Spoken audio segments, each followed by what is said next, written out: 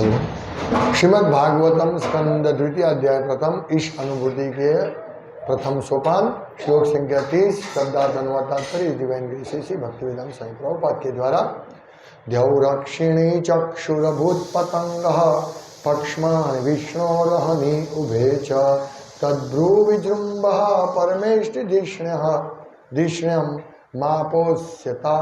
आपोष्यतालो रस एव जीवा। शब्दार्थ द्यौहे अंतरिक्ष अक्षिणी नेत्रगोलक चक्षुः आँखों के अभूत ऐसा हुआ पतंग सूर्य पक्ष्माणी पलकें विष्णु भगवान श्री विष्णु की अहनी दिन तथा रात उभे दोनों च तथा तत् उनका भ्रू भौहें विजृंभ गतियां परमेष्ठि सर्वोपरि जीव यानी ब्रह्मा धिष्ण्यम पद आपह वरुण जल का स्वामी अस्य उनका तालु तालु रसः रस एव निश्चय ही जीवा जीव। अनुवाद बाह्य अंतरिक्ष उनकी आंखों के गड्ढे हैं तथा देखने की शक्ति के लिए सूर्य उनके नेत्र गोलक हैं। दिन तथा रात उनकी पलकें हैं और उनकी भ्रुकुटी की गतियों में ब्रह्मा तथा अन्य महापुरुषों का निवास होता है। जल का अधीश्वर वरुण उनका तालु तथा सभी वस्तुओं का रस या सार उनकी जीभ है। तात्पर्य सामान्य ज्ञान के अनुसार इस श्लोक का वर्णन कुछ विरोधाभासी प्रतीत होता है, क्योंकि सूर्य को कभी कभी नेत्रगोलक कहा गया है तो कभी बाह्य अंतरिक्ष, लेकिन शास्त्रों के आदेश में सामान्य ज्ञान का स्थान नहीं होता। हमें शास्त्रों के आदेशों का स्वीकार करना चाहिए और सामान्य ज्ञान पर केंद्रित न रहकर विराट रूप में एकाग्र चित्त होना चाहिए। सामान्य ज्ञान सदैव अधूरा होता है, जबकि शास्त्रों का वर्णन सदा त्रुटि रहित एवं पूर्ण होता है। यदि कोई दोष होता है तो वह हमारी अपूर्णता के कारण होता है, शास्त्रों के कारण नहीं। वैदिक ज्ञान प्राप्त करने की यही विधि है। ओम अज्ञानतिमिरान्धस्य ज्ञानाञ्जनशलाकया चक्षुरुन्मीलितं येन तस्मै श्री गुरुवे नमः। नाम श्रेष्ठम मनुमपि शचीपुत्रमत्र स्वरूपम रूपम तस्याग्रजा मुरुपुरी माधुरीं गोष्ठवतीं राधाकुंडम गिरिवरमहो राधिका माधवा संप्राप्तो यस्य परपितो कृपया श्रीगुरुं तं नतोऽस्मि। वन्देऽहं श्रीगुरु श्रीयुतपदकमलं श्रीगुरुं वैष्णवांश्च श्रीरूपं साग्रजातं सहगण रघुनाथान्वितं तं सजीवं साद्वैतं सावधूतं परिजन सहितं कृष्ण चैतन्य देवं श्री राधा कृष्ण पादान सहगण ललिता श्री शतान्वितांश्च। हरे कृष्णा कृष्णा कृष्णा हरे हरे, हरे राम राम राम हरे हरे। हरे कृष्णा।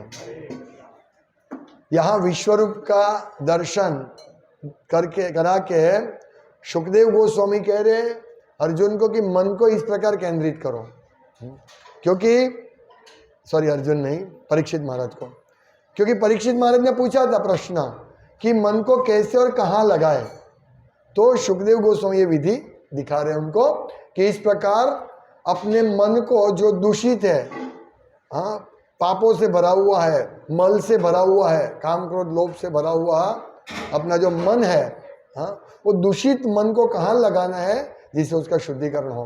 तो ये उपाय बता रहे हैं, जिसमें आज के श्लोक में विश्वरूप की आंख नेत्रगोलक, उसका गड्ढा बाह्य अंतरिक्ष, जीवा तालु इत्यादि का वर्णन किया गया है। तो ये वास्तव में नवोदित भक्तों के लिए है जो भगवान के भक्त नहीं है, हाँ, भगवान के रूप को नहीं समझते। यम श्याम सुंदरम अचिंत्य गुण स्वरूपम, कि भाई भगवान है और श्याम सुंदर रूप में आदि पुरुष है, उनसे ऊपर उनके समान कोई नहीं है। ये जो नहीं समझते हैं निराकारवादी, सामान्यतः निर्विशेषवादी, जो भगवान को शक्ति को मुख्य मानते हैं, यानी एक भगवान की अंग कांति ब्रह्म ज्योति वही मुख्य है, उनके लिए ये है ये रूप। तो भागवतम में क्यों आया है, मैं ये सोच रहा था कि ठीक है वो उनके लिए, तो फिर सुखदेव गोस्वामी क्यों इसके वर्णन करें। ये हमारे लिए भी इतना महत्वपूर्ण है क्योंकि हम भगवान का इस रूप में दर्शन कर सकते हैं दिव्य दृष्टि से। इस भगवत गीता में इस प्रकार हम दर्शन करके हमारी श्रद्धा और भगवान के प्रति दृढ़ हो, इसीलिए ये रूप का दर्शन हो रहा है। हाँ, क्योंकि अभी हम साधक अवस्था में, अभी हमें पूर्ण प्रेम नहीं मिला है, न तो हम कृष्ण के प्रति आसक्त हुए हैं। हाँ, हम बहुत दूर है, कृष्ण के प्रति आसक्त होना बहुत दूर है। हम छोटी छोटी बात में उलझे रहते हैं। हाँ, छोटी छोटी बातें, इंद्रिय तृप्ति की हो या कोई भी मैटर हो, काम क्रोध लोभ मोह मद मत्सर्य के जो मन के मैल की वजह से हम छोटी छोटी बातों में उलझे रहते हैं। तो हम अभी भक्ति से बहुत दूर है, वास्तविक शुद्ध भक्ति से। इसीलिए हम लोगों को भी इस प्रकार से चिंतन करना चाहिए। हम सूर्य को देखकर तुरंत भगवान का स्मरण कर सके, हमारे लिए भी यही है बात। तो ये रूप जो दर्शन हम कर रहे हैं उसमें, और जो अभक्त है उनके रूप के दर्शन में भेद है। क्योंकि ये रूप का दर्शन भगवत गीता में भगवान कहते हैं, न वेदाध्याय न दाने ही न च क्रिया भेद न तपोभिरुग्रही, यानी वेदाध्ययन से, दान देने से, उग्र तप करने से या कर्म करने से। हे कुरुश्रेष्ठ, तुमसे पूर्व मेरे इस विश्वरूप को किसी ने नहीं देखा, क्योंकि मैं न तो वेदाध्ययन के द्वारा न यज्ञ दान पुण्य या कठिन तपस्या के द्वारा इस रूप में इस संसार में देखा जा सकता हूं। यानी ये डिफिकल्ट है इस रूप को देखना, इसीलिए भक्त को दर्शन हो रहा है, इस प्रकार इस रूप का दर्शन करवा रहे हैं। हाँ, भक्ति के द्वारा ही दर्शन हो सकता है। यहाँ प्रभुपाद लिखते हैं उस तात्पर्य में, मैं जो पढ़ रहा था भगवद गीता का, वो 11वां अध्याय का विराट रूप का 48वां श्लोक है। उसके तात्पर्य में भगवान प्रभुपाद लिखते हैं कि ऐसा संभव नहीं कि कृष्ण का विरोध करके कोई दिव्य दृष्टि भी प्राप्त कर सकते हैं। ये रूप का दर्शन करने के लिए दिव्य दृष्टि चाहिए। अभी जो हम बोल रहे हैं ना कि सूर्य भगवान का गोलोक नेत्र, अक्षु नेत्र गोलक है, तो ये दिव्य दृष्टि के बिना नहीं देख सकते हम। कोई भगवान का विरोधी है, भगवान में नहीं मानते हैं, ज्यादातर लोग भगवान में नहीं मानते हैं, तो बोले गए सूर्य है तो अपने आप उगता है, अपने आप अस्त होता है। वो ऐसे ही नास्तिक लोग ऐसे ही मानेंगे ना। जैसे ट्रेन चल रही है, इंजन नहीं दिखता है। मैं बहुत छोटा था तो मैं देखता था ट्रेन कभी उल्टी जाती है तो उसका इंजन नहीं दिखता था।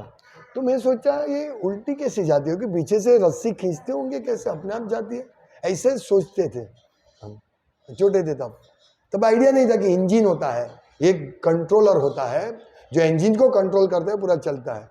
इसी प्रकार यक्षुरेश सविता सकल ग्रहाणम राजा समस्त सुर मूर्ति रशेष तेजा यस्याज्ञया भ्रमति समृत काल चक्रो।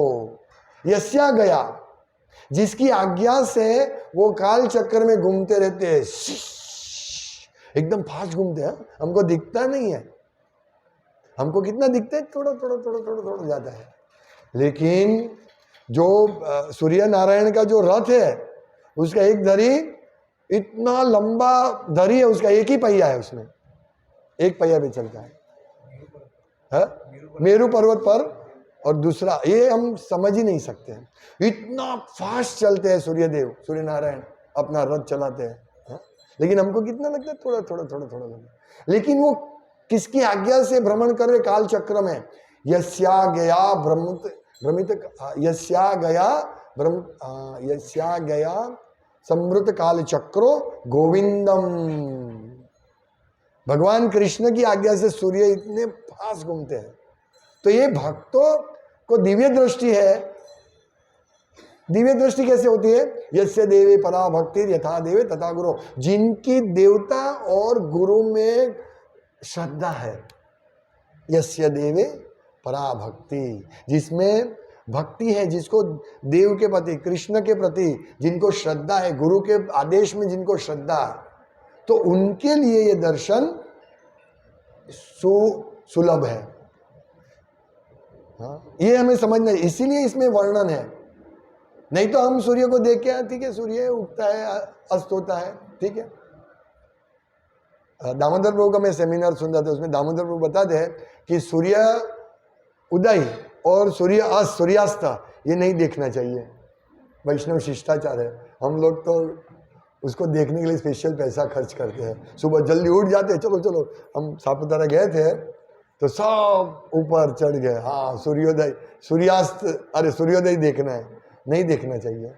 अभी मैं डिटेल में मैंने नहीं सुना क्यों, क्या है रीज़न, तो ये रीज़न होगा कुछ भी। तो सूर्य जो हम दर्शन कर रहे हैं, तो सूर्य कोई ये नहीं है हमारे भोग के लिए नहीं, हाँ बहुत मजा आ गया सूर्य दर्शन किया, सूर्यास्त किया, हाँ नहीं। वास्तव में सूर्य देव भगवान के नेत्र गोलक है, जिससे भगवान देखते हैं, विश्वरूप दर्शन करते हैं। हाँ, और दिन रात भगवान की पलक,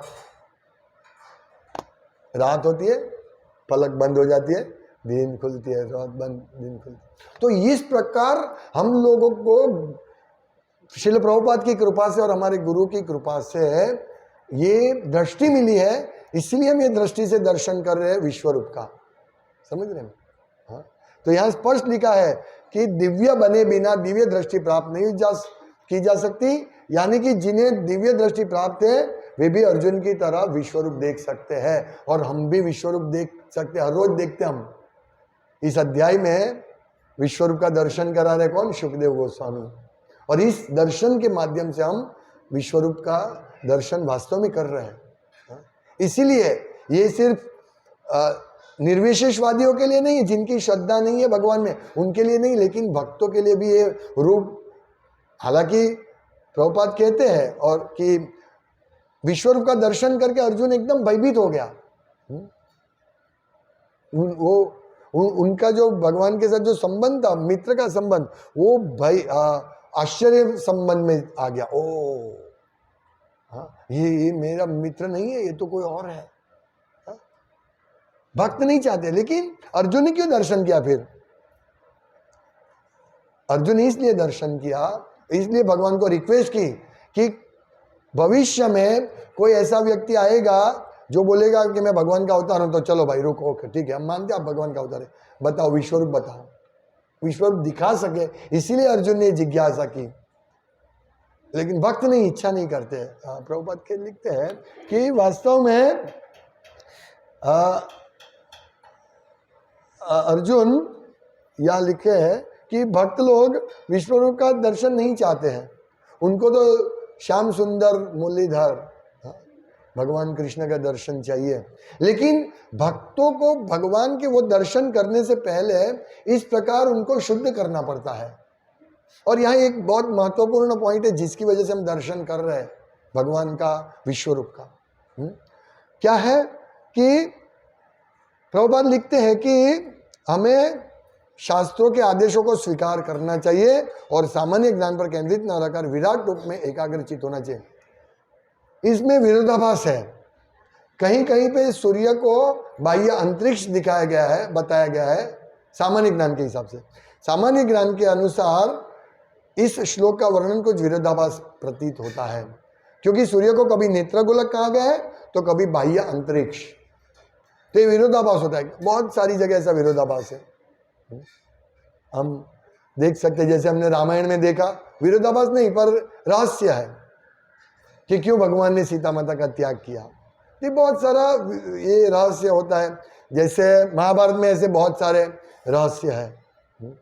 जब भगवान कृष्ण और अर्जुन युद्ध के बाद, भगवान कृष्ण और अर्जुन एक मित्रता में जा रहे थे, तो अर्जुन ने कृष्ण को पूछा कि भगवान आप कृष्ण आप मुझे वो विश्वरूप दर्शन करवाइए ना, अरे मुझे उपदेश दीजिए ना भगवत गीता का। तो कृष्ण बोले मैं उपदेश में भूल गया। भगवान कैसे भूल जाते हैं? तो ये सब रहस्यमय चीज है। हाँ, आप समझिए, विरोधाभास नहीं। किसी को प्रश्न हो सकता है कि ये भगवान कैसे भूल गए, तो भगवान नहीं है ना, ऐसा। लेकिन इसका रहस्य है, ये सब रहस्य हमको मिल सकता है महाभारत में।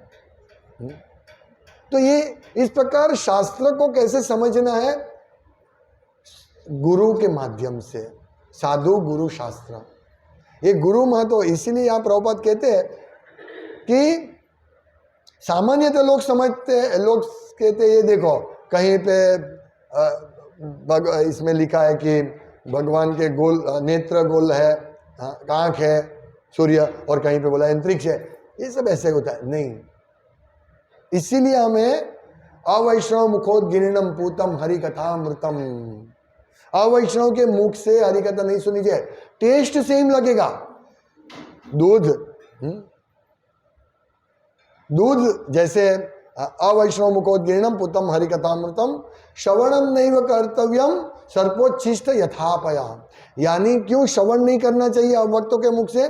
क्योंकि जिस प्रकार सर्प दूध में मुंह मारता है और दूध जहरीला हो जाता है, इसी प्रकार कथा, तो कथा कैसे जहरीली हो जाती है? इस प्रकार से, क्योंकि अभक्तों के मुख से वो जहरी हो जाती है। तो हम लोग दूध दोनों देखेंगे तो सेम दिखेगा, शायद टेस्ट करेंगे तो भी सेम लगेगा। इसी प्रकार जब अभक्त लोग कृष्ण का वर्णन करते, कृष्ण की लीला का वर्णन सिद्धांत समझाए बिना करते हैं, तो अच्छा, हाँ हाँ बहुत अच्छा है, बहुत अच्छा, बहुत अच्छा कथा कर रहे हैं, बहुत अच्छा कथा कर रहे हैं। उस समय हम सेंटिमेंट से, लागणीमय होकर, भावात्मक रूप से वो ऐसे अच्छी लगती है, लेकिन हमारा असर जहरीला होगा, हम कृष्ण को प्राप्त नहीं कर सकेंगे। ऐसे वक्त लोगों से कथा सुनने से हम कृष्ण को प्राप्त नहीं कर सकते। इसीलिए स्पष्ट लिखा है कि शास्त्रों का वर्णन सदा त्रुटि रहित एवं पूर्ण होता है। इसीलिए हमको वो शास्त्र का वर्णन गुरु साधु के माध्यम से समझना है। कोई भी विरोधाभास लगे हमको कि ये दो बात है, तो हमें तुरंत ही गुरु के पास जाना चाहिए, भक्त के पास जाना चाहिए, जो इनको सॉल्यूशन ला सके। हमें मन ही मन स्पेकुलेशन नहीं करना चाहिए। यही तो भक्ति की मिठास है, परंपरा की मिठास है, कि हमारा कोई भी प्रश्न जवाब बिना नहीं रह सकता। हम नहीं जानते तो हमें ऐसे भक्तों के पास जाना चाहिए, गुरु के पास जाना चाहिए, शास्त्रों के और बारीकाई से अभ्यास करना चाहिए, भक्तों के माध्यम से, गुरु के माध्यम से, तब हमको कुछ भी विरोधाभास नहीं लगेगा। परम पूज्य भक्ति विकास महाराज की एक बुक है प्रभुपाद के बारे में, तो बुक में वो लिखते हैं कि इस पुस्तक में जो भी अच्छी चीज़ें हैं वो सब प्रभुपाद की कृपा है। प्रभुपाद का क्या बोलते हैं कि गुण है, अच्छा जो भी चीज़, और इसमें जो भी त्रुटि दिखती है वो मेरी त्रुटि है, प्रभुपाद की त्रुटि नहीं है। इसी प्रकार हमें यदि शास्त्र में ऐसा कुछ विरोधाभास दिखे तो हमें उसको समझना चाहिए ठीक तरह से, साधु गुरु शास्त्र के माध्यम से, तो ही हम समझ पाएंगे। तो यही इसका तात्पर्य है, यही हमें समझना है कि विश्वरूप दर्शन क्यों है। सिर्फ निराकारवादी के लिए नहीं है, हमारे लिए भी इतना ही महत्वपूर्ण है। भक्त भी इस प्रकार भगवान, ओ मेरे कृष्णा, हमारे भगवान कृष्णा, उनकी आंख देखो सूर्य है, इतनी बड़ी आंख, पृथ्वी से कितना गुना बड़ा गोलोक है, मतलब गोलक, सूर्य गोलक है, कितना बड़ा पृथ्वी से, वो भगवान की नेत्र है। तो भगवान के भक्त इस प्रकार हर्षित होते हैं, ओ ये भगवान की हम भक्ति करते हैं, और इस प्रकार भगवान के रूप का वर्णन सुन के वो और भक्ति में आगे बढ़ सकता है। हमें इस प्रकार से आगे बढ़ना है। तो इसीलिए वर्णन है, नेत्र उनके से, उनके ताड़ुओ, तो क्या है, वो जल का अधीश्वर वरुण देव है। तो इस प्रकार, और सभी वस्तुओं का रस, सभी वस्तुओं का रस भगवान की जीवा है। तो इस प्रकार हम कोई भी टेस्ट करे, ये भगवान की जीवा है। इस प्रकार हम विश्व को दर्शन का भी आस्वादन कर सकते हैं अच्छी तरह, लेकिन शर्त यही है किसी अधिकृत व्यक्ति के मार्गदर्शन से, नहीं तो हमारा मिशन निष्फल होगा, भगवान के दर्शन नहीं कर सकते हम। यहाँ सुखदेव गोस्वामी परीक्षित महाराज को समझा रहे A to Z, तो हमें इसी प्रकार हम समझेंगे तो हमारा परम कल्याण होगा और हम वास्तव में दूध, अमृतमय दूध का आस्वादन करेंगे, नहीं कि जहरी दूध का आस्वादन करेंगे। जो इसीलिए कभी भी हमको सामान्य ज्ञान के पीछे नहीं दौड़ना है। जैसे एक बार मैं एक स्कूल में गया था, स्कूल में मतलब हमारे इस्कॉन की ही, तो वहाँ हम बैठे थे रात को, तो वहाँ के जो टीचर है, मेन प्रिंसिपल, वो बता रहे थे, बोले ये सब, तब तो मैं बहुत साल पहले की बात, 15 साल पहले की बात है, बोला ये सब जो ऊपर, मैं बोला देखिए ये सब तारे सितारे चंद्र, वहाँ सब जीवन है। तो तुरंत बोले नहीं, वैज्ञानिक लोग बोलते हैं कि उसमें धुआं है या अग्नि है, वहाँ कैसे जीवन हो सकता है। बोला नहीं, मैं उस टाइम की बात कर रहा हूँ, नहीं, शास्त्र में वर्णन है, प्रभुपाद कहते हैं कि सब, सूर्य देव पर भी जीवन है, प्रभुपाद कहते हैं ना हिंदी लेक्चर में, सूर्य गोलोक में भी जीवन है, वहाँ भी घोड़ा है, गाड़ी है, लेकिन सब अग्निमय होता है। यहाँ पृथ्वीमय, इस जगत में पृथ्वी मिट्टीमय होता है। हमारा शरीर पृथ्वी से भरा हुआ, पृथ्वी ज्यादा है तत्व, तो पृथ्वी जल अग्नि वायु आकाश हमारे सब है, अग्नि भी है। तो सूर्य देव पर भी जीवन है, लेकिन वो अग्निमय जीवन है, अग्निमय शरीर है। तो देखिए वो टीचर मतलब वो प्रिंसिपल बता रहे थे कि नहीं सब आग के गोले, उसमें कहीं ये नहीं है। एक सामान्य बच्चा भी बोल सकता है हाँ, कि भाई ये ऐसे थोड़ी बना दिया भगवान ने कुछ भी चीज़। तो ये इस प्रकार हम समझेंगे। और वैज्ञानिकों तो बहुत वो उल्टा सीधा बोल रहे हैं। जैसे चंद्रयान हुआ था, चंद्रयान मिशन, चंद्र पर ही मिशन भेजेंगे, बहुत सस्ते पैसे, बहुत कम पैसे में मिशन बनाया था। कितना? 850 करोड़ का। उनके लिए तो सस्ता है ना, उनको थोड़ी पैसा कमाने जाना पड़ता है। हाँ, हमको 850 रुपया भी लेना है तो कितना मेहनत करनी पड़ती है। हाँ, सिर्फ 850 करोड़ का मिशन है तो बना रहे थे मिशन। तभी मैंने बोला था, मैं आर्टिकल लिखा था मैंने कि चंद्र पर जाएंगे नहीं, और जाएंगे तो बोले कि वहाँ कुछ नहीं है। और ऐसा ही हुआ, मिशन टिक टिक टिक टिक टिक टिक, हाँ हमारा बढ़ रहा है, चंद्र की ओर बढ़ रहा है, बढ़ रहा है, बढ़ रहा है, बढ़ रहा है। फिर अचानक बोला गायब हो गया, सब गायब हो गया। और अभी मिल नहीं रहा। मैंने बोला वो तो मैंने पहले ही लिखा था। 850 करोड़ किसको बोलते हैं? हम कितना मंदिर बना सकते हैं, 100 मंदिर बना सकते हैं, और उस पर हम चंद्र का दर्शन कर सकते हैं। 100 मंदिर हमारा यदि ऐसा हो जिसमें इस प्रकार का प्रचार हो तो सबको हम चंद्र दर्शन करवा सकते हैं, सबको ले जा सकते हैं चंद्रलोक। क्योंकि हम भगवत धाम जाएंगे चंद्रलोक से जाएंगे ना। वर्णन है ना, जब पृथु महाराज और अर्ची माता जा रहे थे तब सब स्वर्ग लोक की कन्या स्त्री सब गुणगान कर रहे थे और देख रहे। प्रभुपाद कहते हैं कि ब्रह्मलोक तक की स्त्रियां उनका ग्लोरीफाई कर रहे थे, उनको, पृथु महाराज और अर्ची माता को सब देख रहे थे। जैसे हम चंद्रलोक दिखा सकते हैं, ब्रह्मलोक भी दिखा सकते हैं। अभी मंगल पर का मिशन है, सब फैल जाएगा। तो हम ये वैज्ञानिकों, ये भौतिक लोगों के ऊपर आश्रित रहेंगे तो हमारा मिशन भी फैल जाएगा। इसीलिए हम लोगों को शास्त्र के आधार से, वो बोलते हैं कि सूर्य चंद्र के बाद है, लेकिन शास्त्र बोलते हैं सूर्य पहला ग्रह है फिर चंद्र आएगा। शास्त्र के हिसाब से सूर्य के ऊपर एक लाख योजन या 2 लाख योजन ऊपर है चंद्र। तो शास्त्र की गिनती के हिसाब से 24 लाख किलोमीटर पृथ्वी से सूर्य चंद्र है, और सूर्य पास करना पड़ेगा। देखिए, यदि हम शास्त्र के हिसाब से जाएंगे तो हम भ्रमित नहीं होंगे। हम बोलेंगे ये मिशन गलत है। जैसे ही अमेरिका में पहली बार मिशन बनाया कि चंद्र पर पहुंचे हैं, प्रभुपाद ने उसी दिन बोला कि ये फेक है, ये गलत है, झूठा है, चंद्र पर नहीं जा सकते। उसी टाइम बता दे, क्योंकि विश्वास, शास्त्रों में विश्वास नहीं हो सकता ये चीज, शास्त्रों में हमें विश्वास होना चाहिए। यही बात का इधर वर्णन है। तो हमें इस प्रकार हमें आगे बढ़ना चाहिए। तो हम जरूर, हम ये वैज्ञानिक से बड़े वैज्ञानिक हम हैं, हम बता सकते हैं चंद्र पर क्या है, सूर्य पर क्या है, उसके ऊपर ब्रह्मलोक में क्या है, उन सबसे ऊपर वैकुंठ लोक में क्या हम बता सकते, बोलिए, बिना पैसा खर्च किए। हाँ, थोड़ा पैसा खर्च करना पड़ेगा, 7,500।